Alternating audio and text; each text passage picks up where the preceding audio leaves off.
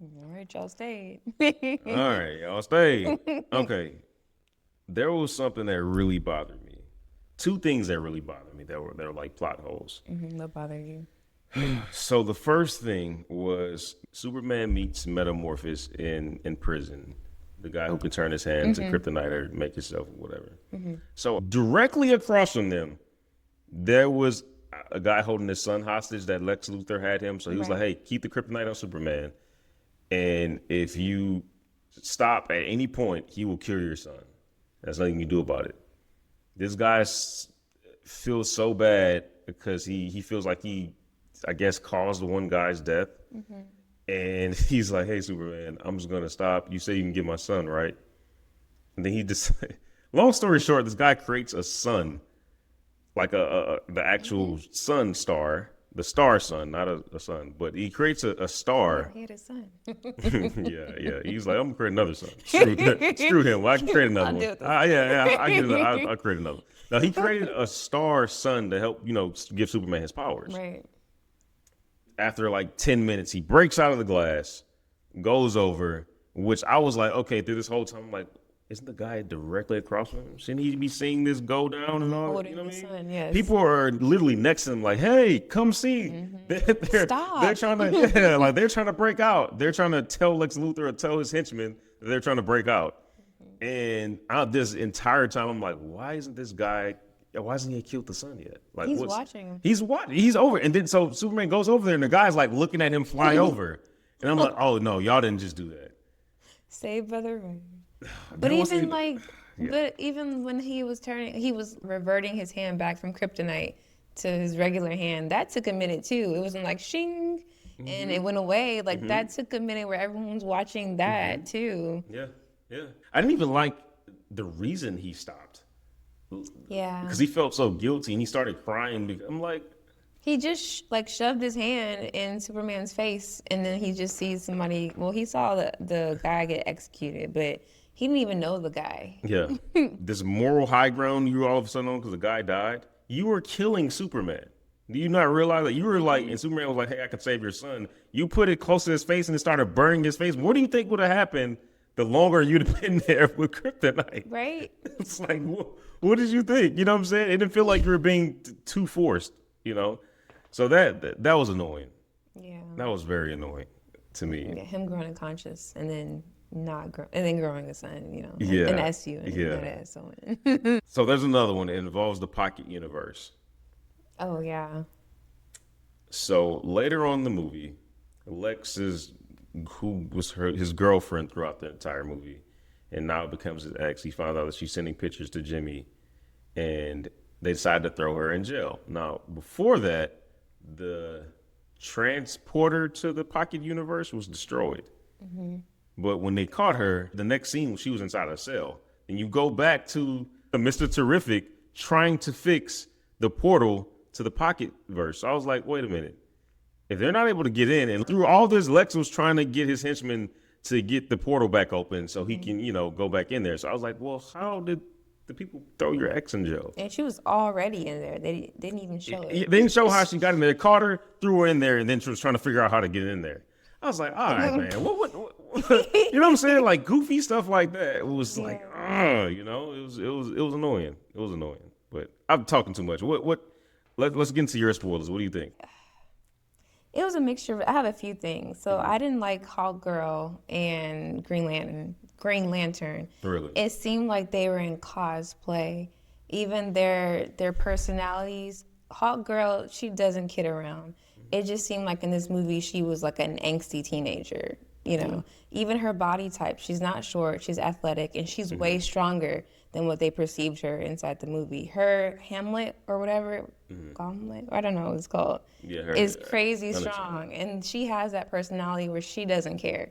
She will kill people. Whereas even of course, I'm not basing it off of Justice League or Justice League Unlimited, the animated series. Right.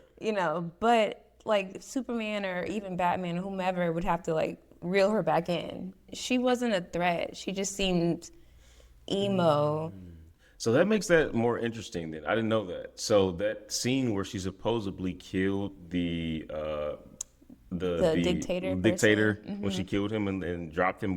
They never really showed what happened with that. So I'm guessing when it Yeah. ended, I was like, oh, she actually killed him. He's dead, yeah. So that would make sense why she was a little bit of a loose cannon. Right, and that's when they were like, I've heard some, ooh. I'm like, bro, she should have been doing that. I rock with her. I rock with her. See that brings me to another thing, and I hate to do this, but the people who didn't like Zack Snyder's version of Superman, James Gunn undid a lot of stuff I seen. So when he saved that squirrel, when Superman saved that squirrel, when he was trying to stop all the extra destruction, so there was this thing with Man of Steel that people were complaining that Superman was destroying too much. They destroyed the entire city. They were destroying buildings with people inside because they were fighting. And a lot of Zack Snyder fans or defenders were saying, well, that's collateral damage. What do you expect? They were saying that Superman, that's realistic, you know? I did appreciate that, actually. I like that he tried to undo or do the opposite or be like the guy who's Superman was like more responsible, you know, in this one. Even though he was like 3 years in by this time, I don't think he was like a year. He just was a year in Man of Steel. So not to compare the two, because I'm trying to do this without comparing the two. But I did. That was one of the things I did notice. It was a few things that he was doing where he was obviously making it. Hey, this is not the last Superman that y'all got. This is a different guy. He's not a frowny guy that's always frowny. He's more of a, you know, your Clark Kent that you got from the comic books. And that was one thing I like. I like the color palette. I like that. It was real bright colors, felt just like the like something you see in the comics. And my favorite was Lois Lane in this movie, other than Crypto, but that was all CGI. But my favorite actor or actress was Rachel Brosnan. Yeah, she did her thing in this. I think she's probably the only person I liked in this movie, honestly. I liked her, and I liked her coworker. The guy. Jimmy. He Jimmy was funny. Jimmy was cool. Like, he wasn't too much. He was like that one, like the comic relief, but it wasn't like, oh, this is the comic relief. Right, like, right, you know, exactly. it was. He had his moments. He was useful, you know, necessary in certain episodes and certain scenes or what have you. But it was a cute little, like we talked about before, like the little quips. It was cute. So he didn't do too much, but also, like you said, I do agree. I like Lois as well. She wasn't the typical damsel in distress. Save me, please. I'm going to go out here and risk my life and then need to be saved again. You know, she was more logical, I should say. Superman thought that she was kind of pushing the boundaries when she was interviewing him. I was on her side the entire time. Right, that's what I'm I was like, saying. bro, you tripping. But like the old Lois Lane, like the typical Lois Lane is, oh, well, you know, they don't understand you. You do too much for these people. They, you know, but it's like, you know, That was another thing I did like. I liked their relationship.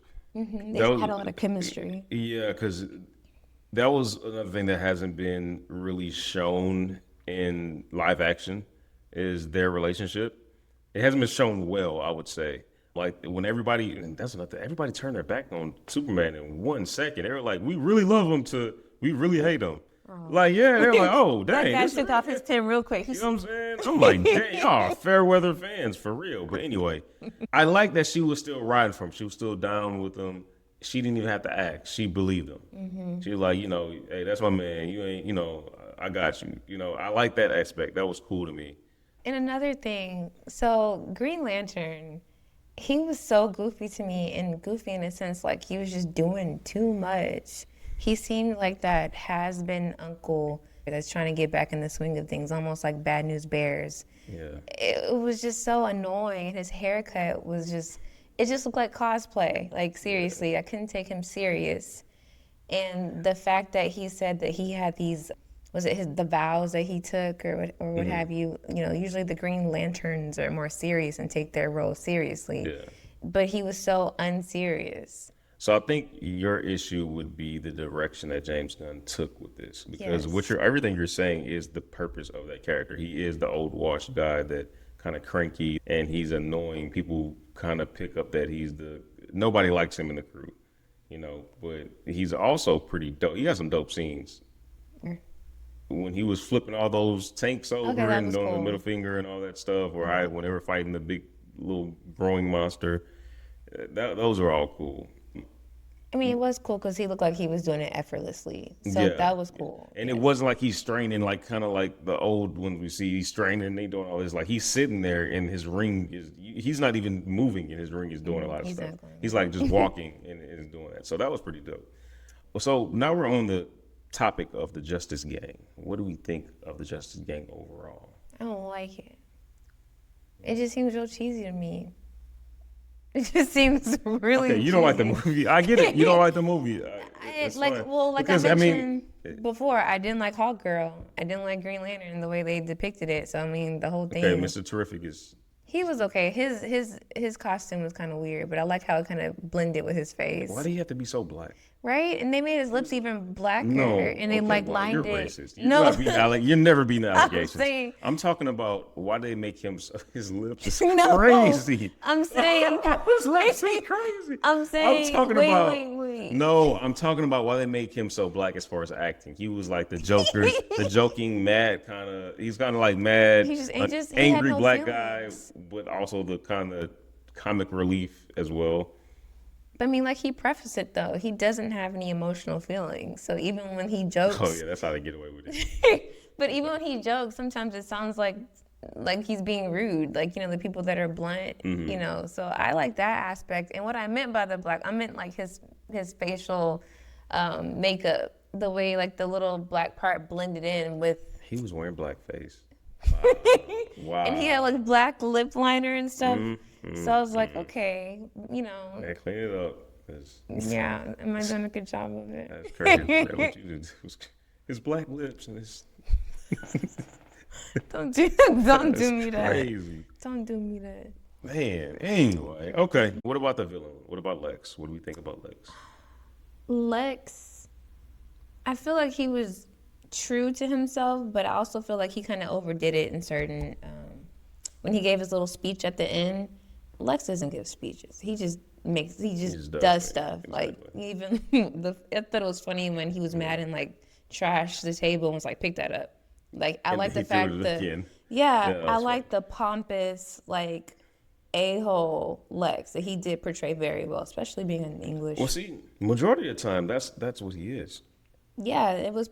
I mean, I like the way it was portrayed. Like Right. it was like realistically portrayed, not just like I want world dominance type thing. What I mean is, majority of the time in comic book or in animation, from what I remember, my favorite edition of Lex was in Justice League because he wasn't as goofy as this one. This one was a little cheesy, in my opinion. He would. I'm jealous. Yeah, I'm aware that I'm jealous, but Lex wouldn't actually say that I'm he jealous. said he was actually, envious. yeah, Lex would never admit that. He would know, but he would never admit that. People would like to throw that the narcissist word, but he's a narcissist. I see what you're saying. He wasn't that in this. He wasn't even that smart in this to me. Like Lex has a plan and another plan after that plan. And you know what I'm saying? Lex is the guy who Superman had to team up with Batman a couple of times for him. So they haven't gotten Lex right yet on screen for me. He's always been like this goofy kind of character when he's portrayed on screen. This is another one. It just missed for me. Lex was annoying in this movie. Almost like a rich kid throwing a tantrum. Yeah. Yeah. Other than that, I didn't really have too many other things that stood out. Like I said, it was fine. I want to see where it goes from here. I'm interested to see more reactions to the movie because I think my other thing I would say this movie would have to have done was been excellent. And it's not an excellent movie. Again, it's not a bad movie, but it's not excellent. And in order to turn the people who already were going into this movie thinking it was going to be bad, and there's a lot of those people, you have to be excellent. You have to put a Dark Knight or a Spider-Man 2 level movie out, and this wasn't that, unfortunately. It was enough to start off the DCU. I think a lot of people liked it, but people like Superman anyway, so they were going to take whatever. Right. But I don't think it was enough to sway new fans or sway people to be on the James Gunn bandwagon. And yeah, I'm never going to be on that bandwagon. I'm sorry. But anyway, that was our thoughts on James Gunn's 2025 Superman. Before we get out of here, let's give our final ratings. I'm going with a 6.5 out of 10. I would say it's I would say 6.5 as well. 6.5? I want to say 7. 6.5. Yeah.